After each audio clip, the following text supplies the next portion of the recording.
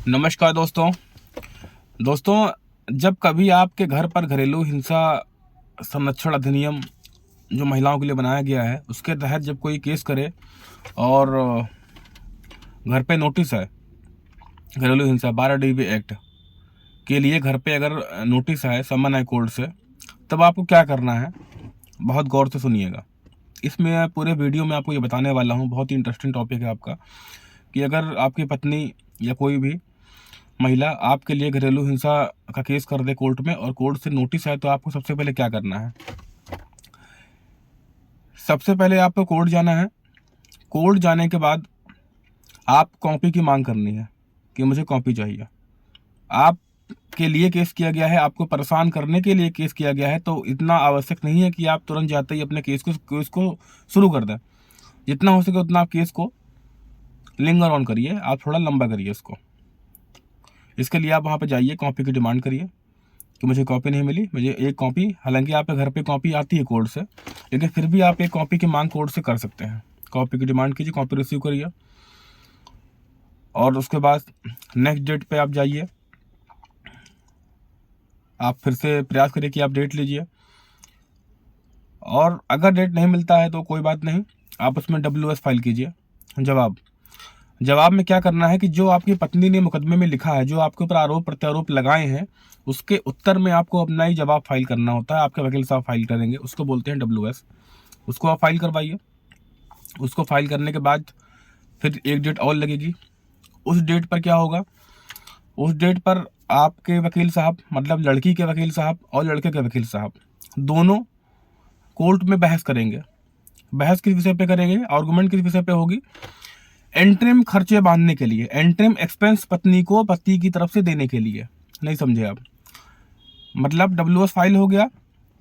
WS file होने के बाद, WS का मतलब हुआ कि जो मुकदमे में आपके पत्नी ने आपके लिए आरोप लगाए हैं उसके उत्तर में आप कोर्ट में एक जवाब लगाएंगे, उसको बोलते हैं WS। वो जवाब लगने के बाद अगर आपकी पत्नी चाहे तो उसके जवाब में कुछ और जवाब लगा सकती है। ठीक, जब वो भी लगा दे, उसके बाद क्या होता है कि कोर्ट में होती है आर्गूमेंट। उस आर्गूमेंट में जज साहब ये तय करते हैं कि क्या मुकदमा चलने के दौरान पत्नी को पति की तरफ से कुछ खर्चा देना चाहिए जिससे उसका भरण पोषण हो सके। वो बहस इसी मुद्दे पे टिकी होती है। तो ये वीडियो दोस्तों दोनों के लिए आवश्यक है, लड़की के लिए भी लड़के के लिए भी, क्योंकि डोमेस्टिक वायलेंस के केस में लड़के लड़की दोनों इन्वॉल्व होते हैं। तो ये वीडियो दोनों के लिए बहुत ही आवश्यक है कि उस क्या क्या प्रक्रिया होती है। तो मैं फिर रिपीट कर रहा हूँ, थोड़ा वीडियो लंबी हो जा रही है, लेकिन मैं चाहता हूँ कि आपको पूरी बात समझ में अच्छे से आए। जब डोमेस्टिक वायलेंस का केस हो, आपके घर पे नोटिस आए, नोटिस प्राप्त करने के बाद आप कोर्ट जाइए, वहां से कॉपी रिसीव करिए। कॉपी रिसीव करने के बाद आप अपना जवाब फाइल करिए।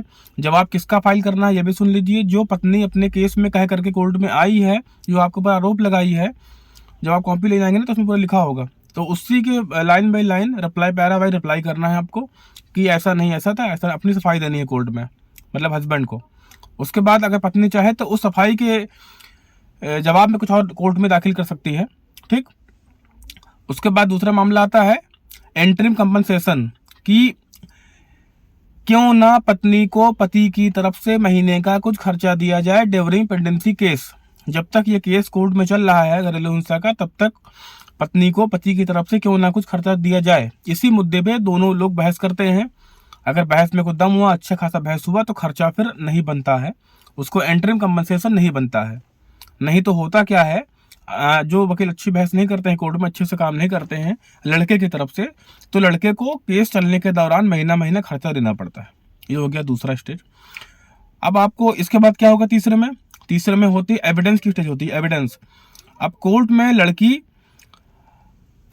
गवाही देगी, अपने एविडेंस पेश करेगी, गवाह बुलाएगी, उनके बयान रिकॉर्ड कराएगी कोर्ट में अपने फेवर में कि मैं इतना परेशान करी गई थी। जो भी उसके गवाह हैं वो कोर्ट में पेश करेगी। उसी प्रकार से नेक्स्ट डेट पे लड़का भी आएगा, वो अपने बचाव में अपने गवाह उतारेगा, उनसे क्वेश्चन पूछा जाएगा, वो अपना जिरा वरा करेंगे, वो अपना बयान कोर्ट में देंगे।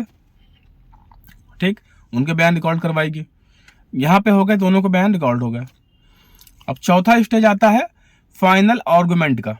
फाइनल आर्गूमेंट का मतलब ये होता है कि जो लड़की के गवाह कोर्ट में आए, लड़के के गवाह कोर्ट में आए, दोनों के गवाहों का बाकायदा देख करके, दोनों के बयानों के हिसाब से, उसमें जो सच्चाई है, जो झूठ है, जो सच जो है, उन दोनों को मिला करके कोर्ट में एक फाइनल बहस होती है, जो दोनों के वकील साहब अपने अपने फेवर में करते हैं। अपने अपने गवाहों को देखते हुए। और फिर पांचवें में क्या होता है, जब जज साहब दोनों के बहस सुन लेते हैं, दोनों वकीलों की बहस सुन लेते हैं, उसके बाद जज साहब ये निश्चय करते हैं कि कितनी बात में सच्चाई है, कितनी गहराई है।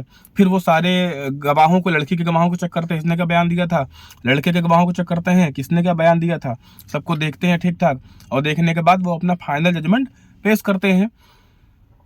तो ये हो गई पूरी कार्रवाई 12 DB एक्ट की, घरेलू हिंसा। दोस्तों और मैं आपको एक बात और बताना चाहता हूँ कि ये जो मुकदमा होता है ये क्रिमिनल केस नहीं है।